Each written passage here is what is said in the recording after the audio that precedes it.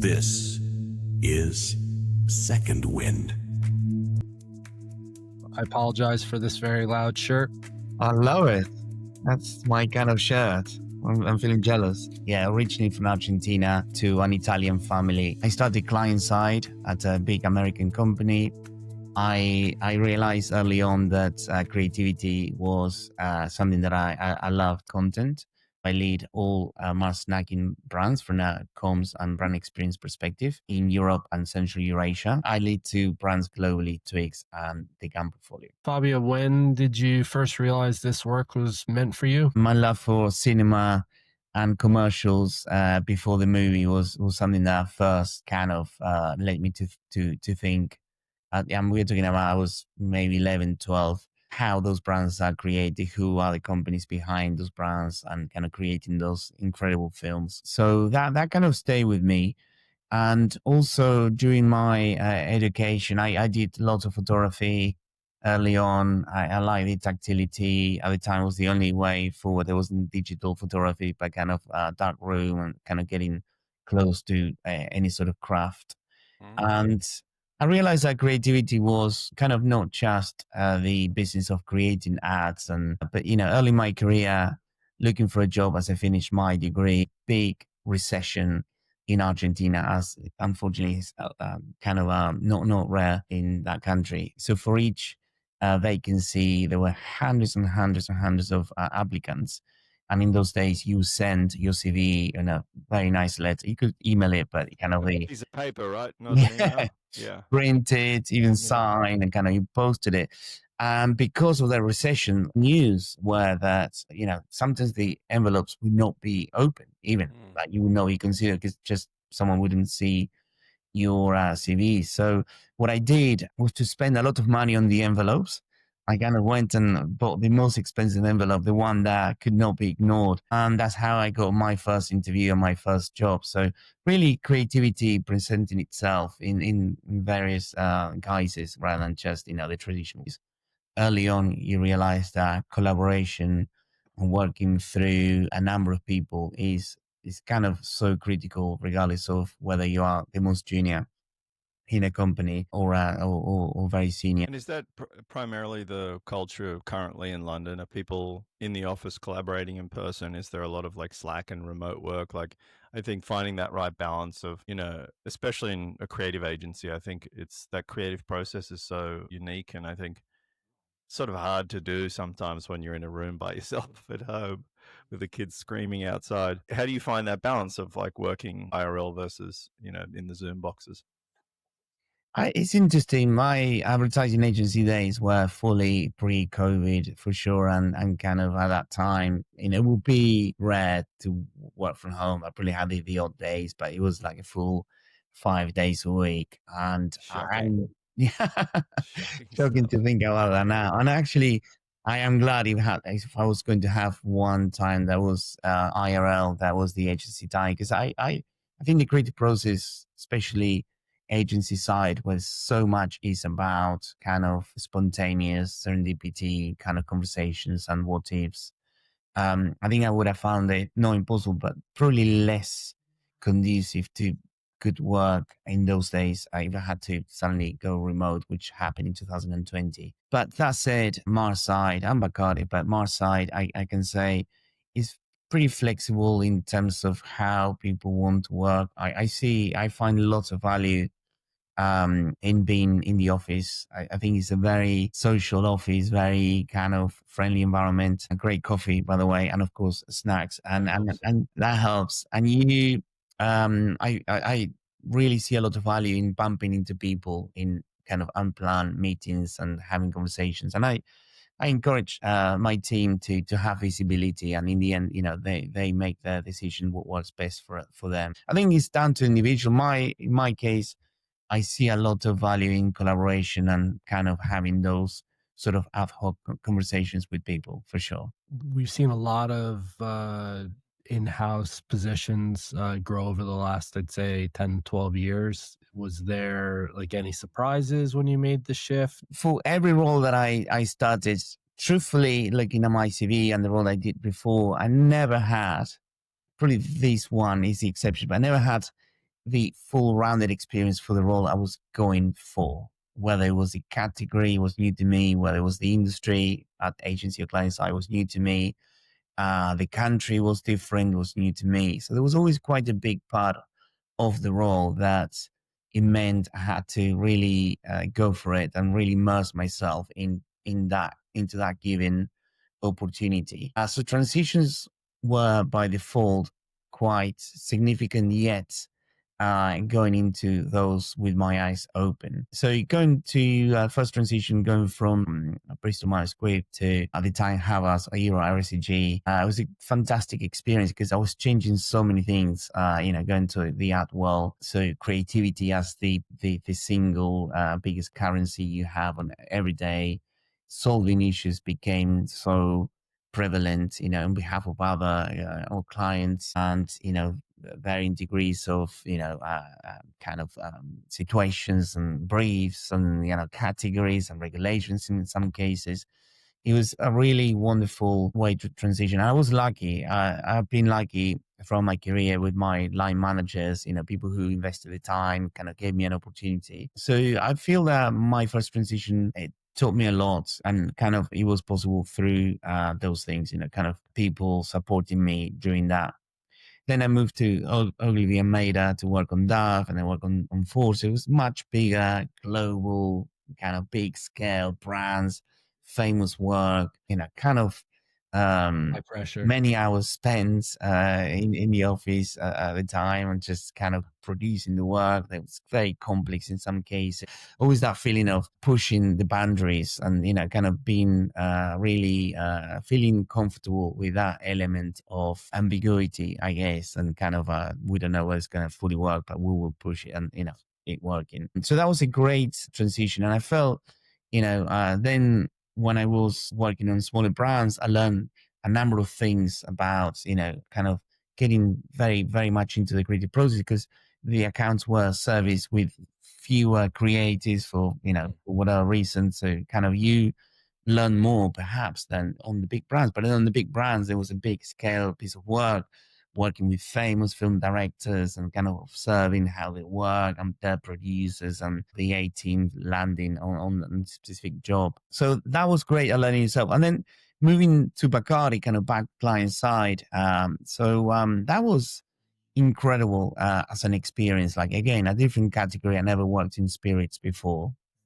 And that taught me about, family business, working in an entrepreneurial way, kind of jumping on opportunities, feeling that I had full ownership. We were encouraged to work with a founder's mentality, embracing a few things. Bacardi is a company with, I would say, big brand. It's a small company with big brands. People think it's much bigger than it is. So really taking those opportunities. And then I would say the last 18 months at Mars have been absolutely nothing but wonderful and full of experiences and, kind of some really meaty breeze and transformation kind of projects we have on the go. I guess the transformation in there has been about, bigger scale, bigger brands, but thinking in a really agile manner. This size actually bellies the agility that the company has with embracing of technology, embracing of new ways to engage with consumers. So I feel that each kind of stage has really given me a proper different sort of grounding and experiences that has been very, very valuable. Was the culture of the agencies pretty wild back in your agency days? I mean, every time I think back to my first agency job at DDB Sydney, where we worked on Extra and Wrigley, just I mentioned before, but that was a real celebrated account at that agency. But the agency culture was wild. It was like high school. It was crazy. People would scream and yell, and like it was very dynamic. And just I think cultures changed. This was 20 years ago. It was a different time, but I also think it's often such a jarring culture shift going from agency to brand side. Bank, I started it around 2006, 7, I think, in agency size. A good nearly 20 years. Yeah, there were, exactly what you say, Gully. I mean, kind of a different world if you kind of transported it today in many respects. Trouble. Yes. Yeah, in many respects. I'm kind of I'm the guy who arrives and people say, oh my god, you should have been in the street 10 years ago and whatever. Kind of okay, yes, sure. But I'm Say happy. that. But within the one thing that you do learn is that the creative process is definitely not linear. It can be chaotic at times. It can be.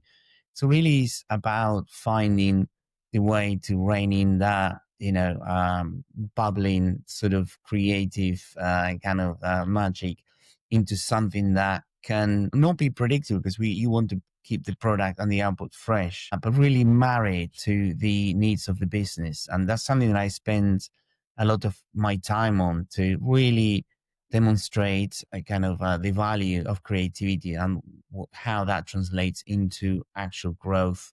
Because we are not a museum of modern art. We are kind of an enterprise that wants to bring a kind of build brand legacies for the future. And the way we do that, Mars is an incredibly creative company, is to create experiences for our consumers that are distinct depending on where our consumers are in terms of mindset, in terms of touch points, and really understand those signals and be relevant to them at every touch point in perhaps different ways. And that takes creativity. We always say at Mars is about people. People are incredibly, Mars is a very people-driven organization, being a family business. It's about creativity. Really, creativity is at the front seats. Like our global CEO is kind of personally invested and interested and involved, and kind of all the way down from him to the rest of the executive teams in how we build our brands, how creativity transforms that. And then if it is people, it's about creativity, then technology. And in that order, those three things working in tandem really brings incredible amount of value, to long-term value to our brands, for sure. I guess as someone whose creative journey was like really shaped by the cinema, like how are you embracing like some of the new technologies that are coming up in the workplace, and how might that be affecting the internal creative process of getting an idea out the door? For sure. Mars has been at the forefront of brand building, utilizing creativity and technology, kind of the adoption of technology, working with incredible partners. And, we see no 2 days in the office are alike, because the type of kind of projects and embracing of things we couldn't do even a year ago, I would say. And I'll give you a couple of examples. So technology not as replacing creativity, but expanding the canvas that we have and we can play, that it was pretty imaginable 5 years ago. And this is why, we are operating at the frontier of AI driven future. So we invest in technology, but as I said, it really is about people and creativity first. And so we do embrace technology, not because we can, but because it will add value to the creative process and to our consumers. So we see a huge amount of value in that. So we have a few ideas and campaigns that we launched recently to kind of bring that example to life. Bring Jose Mourinho, a famous football coach. So we kind of took his likeness and with his permission, of course, working in collaboration with him, we created an AI persona of him that would be able to, in real time, take prompts for any consumer, open kind of prompt. And then the idea, because it was Snickers, you when you're hungry, you will be able to take what we call a rookie mistake or an own goal in Europe. That a friend of yours had made, like they committed a mistake, and you could ask Mourinho for some advice as to what you should do to help your friend. And then Mourinho would respond with a video on the fly, all natively produced within WhatsApp, working with Meta. These within seconds would utilize 8 different AI engines to make sure brand safety was there. Human behavior tends to favor the kind of unsavory prompts to begin with. So we had no single brand safety issue that was caught by one of the engines early on. And then that would be output as a unique video kind of made for that person. And we see this now kind of being replicated and being imitated. But this is a year and a half ago. It was a fairly incredible way to utilize. I don't think it had been done where someone famous would lend their likeness to do something like that. We also worked recently on an idea for Twix called Harmonizer.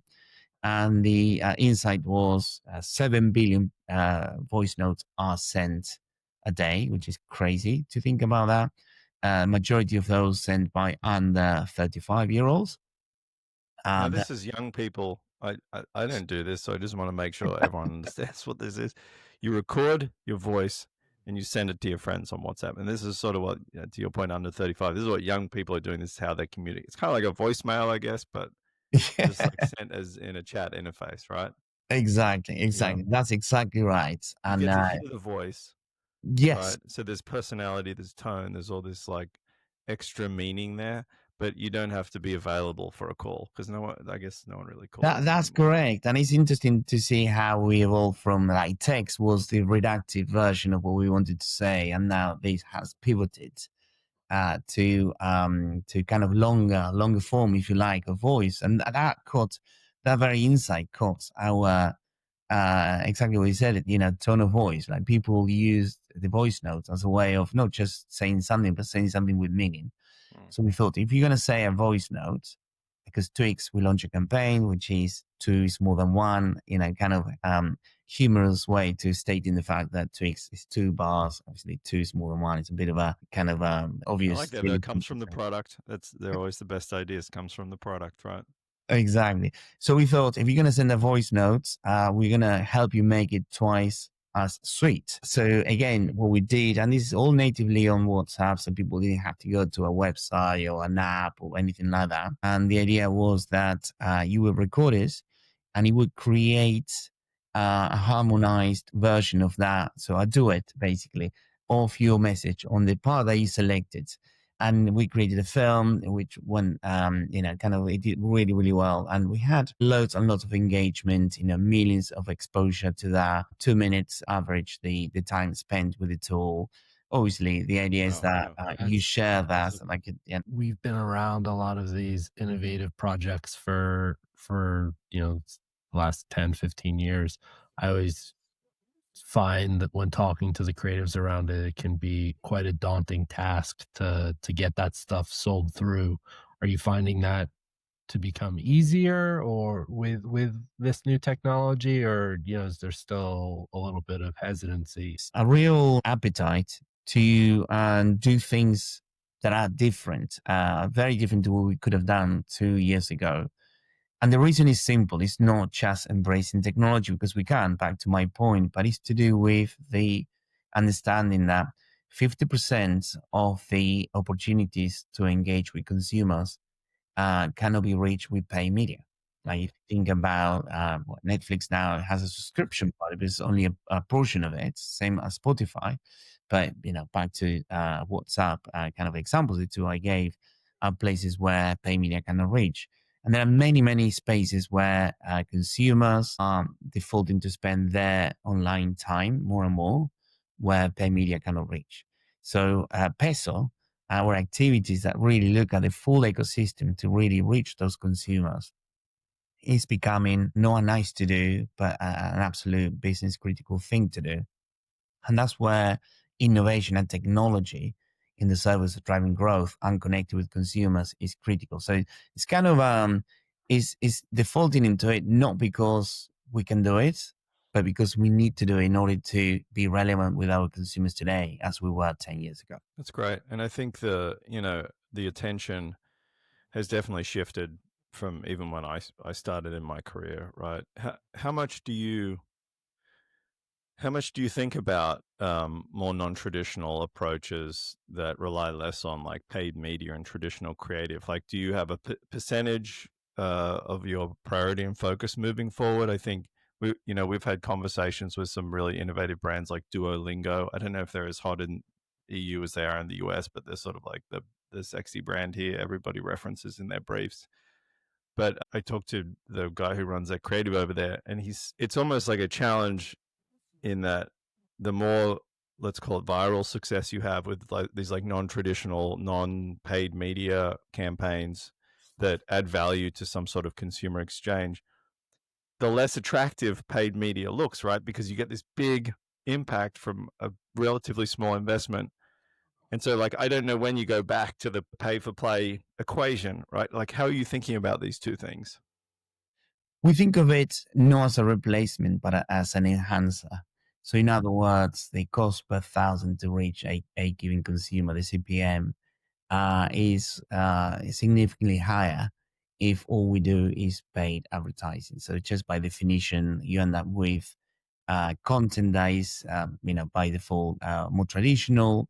You have all your investments around paying people to watch your kind of creative, and you can, there's only so much. Of course, you can do better the craft, the advertisement, whatever you're producing to kind of reach more people and to leave a great feeling about your brand. And that's what we've been doing for the last 100 years. There's a really interesting kind of full 360 on this, in that if you think about how soap opera started, was exactly creating a vehicle in radio about 100 years ago to be able to advertise, because there wasn't a paid media channel that existed.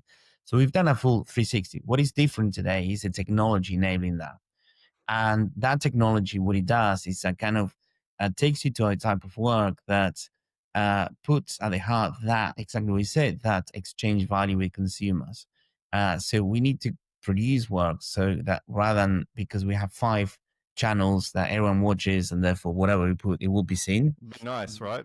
It'll be nice and simple and easy. We didn't realize back then how incredibly powerful it was, how even to some degree inexpensive to kind of reach the masses in that way.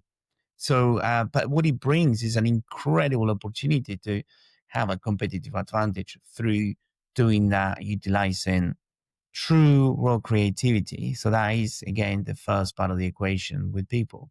But doing it in a way like the 2 ideas that I described, and there are many more, and quite a few more we have in the pipeline that I'm super excited about, that really creates the need for remarkable creativities. And that is, the way that we can tell non-linear stories now, the way we can interact. And like, for example, hacking Ring cameras with M&Ms last year is an amazing place. Halloween, people Ring cameras, people trick or treat, with our products.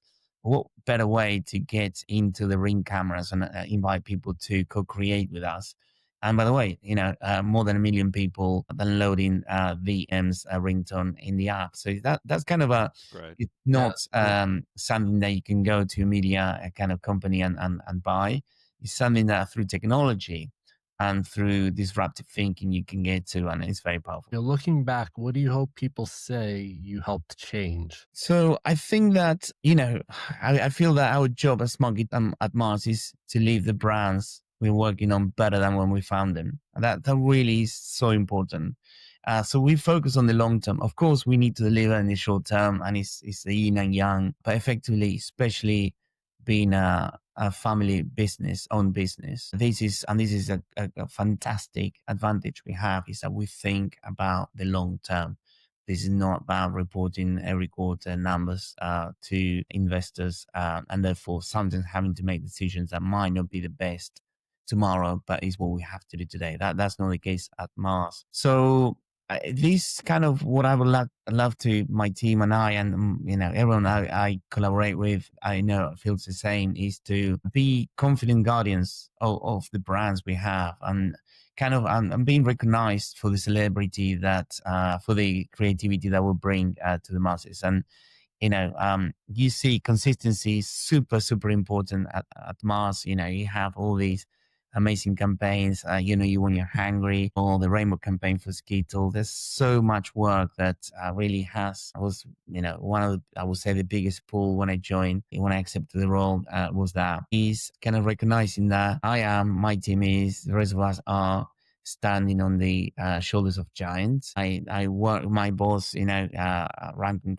Carroll, his book is incredible with, Skittles musicals, Skittles for one person, the Super Bowl, Twix, Bears. I mean, he could go on and on. Yeah. Makes you feel inspired but also makes you feel a great sense of responsibility to bring the best of you and to really deliver the best creativity to continue the incredible growth our brands have had for a very long time. And you've said something that I think is really important that not a lot of people pay attention to as much now, which I think is consistency. And one of our clients, Peter Georgie over at Rocket, he's like a classic advertising guy, which I love, classic ad nerd. And, he talked about like the power of consistency, and Mark Ritson said the same thing on stage. I think in this attention environment where, we get 3 seconds or 2 seconds to look at a social post before we swipe to the next one,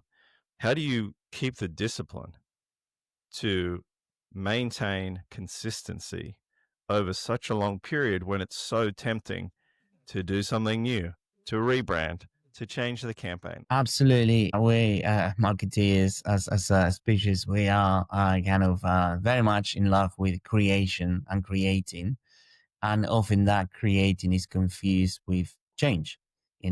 Creating can come in different guises. The one that we believe strongly at Mars, I can tell you, is consistency. Is the biggest single tool for brand building, and to stay consistent requires a creativity. It sounds like a sort of a kind of a antithesis of it, but actually it's the opposite. If you think of, let's say the most successful movie franchises, each movie has to pay its keep. Each movie has to be as good as like the a one. Bond or something, right? Exactly. Yeah. Consistent. Is it boring because of that? Of course not. But it has things that, and is that what System 1 talks about? A compound creativity, like building block by block.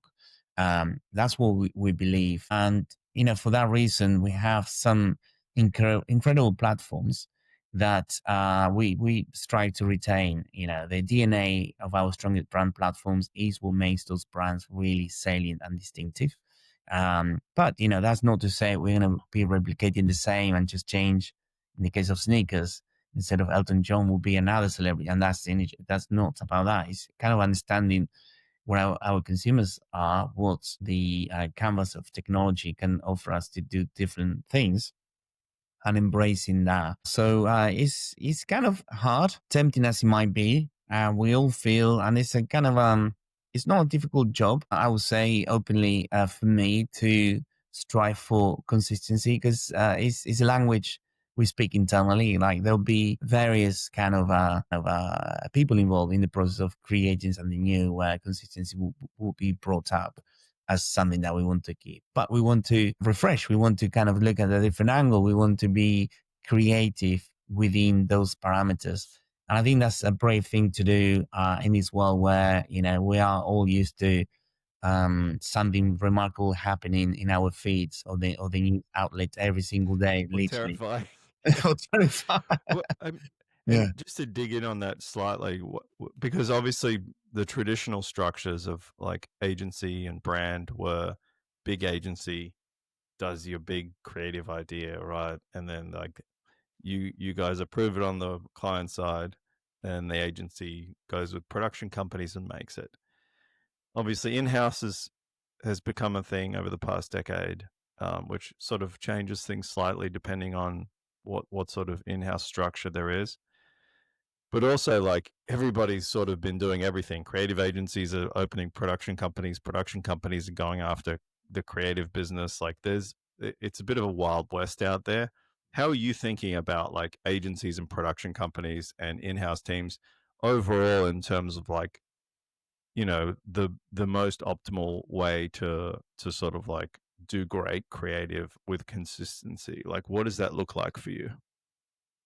Yeah, it's a great question. We work with the best, and we are so happy with the agency ecosystem and the JVPs we have with the platforms, the main platforms that our consumers utilize. So we start from a point of strength in the one of our 5 principles is mutuality, and quality is the other one, and efficiency. So kind of those 3 of the 5 are ones where that really it's galvanize our approach to collaboration. That's not to say that the world stays put. and kind of things will be forever the same way they were. Like, before the 2008 release, social wasn't a thing. So therefore, you didn't have a number of ways with makers, with influencers, with creators, with platforms. That kind of wasn't there. So the world is evolving. But what is not evolving, because it's a principle, is how we operate with our partners, how we kind of really work together to get the best out of that collaboration. 2 weeks ago, we had our creative council, where our agency partners and others join us to really discuss our brands, ideas, the future, our consumers, and how to really remain distinctive. And the DNA of that will not change. How we approach it will change, primarily with how technology evolves and how our consumers, the needs of our consumers. That really keeps us very much focused on what we need to deliver. I think this used to be a much easier answer, and maybe you'll be able to distill it more simply. What type of advice would you give to younger people to kind of attain the same type of success that you've had through your career? Just the envelopes. We just need a link. You could do an affiliate link to the envelopes.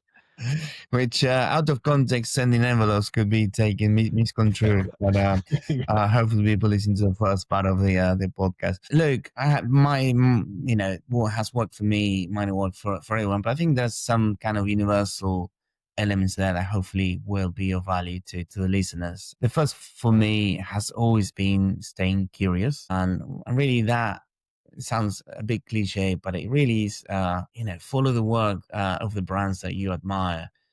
Keep on top of industry changes and innovation. With my team, we have this WhatsApp channel that where we share creative work and kind of new, not necessarily just ideas, but also technologies and things that are happening out there that are relevant to our work every single Friday.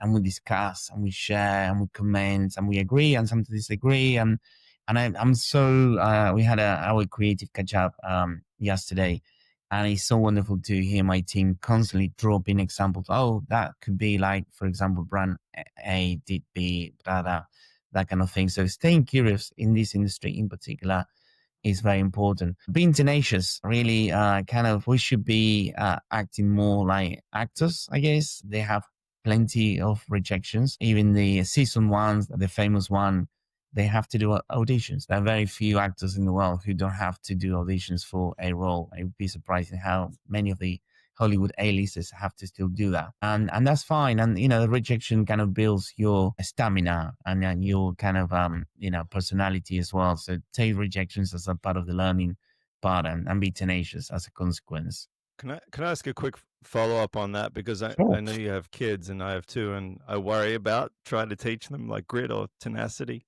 Like, do you have any insight into how to do that to your own children?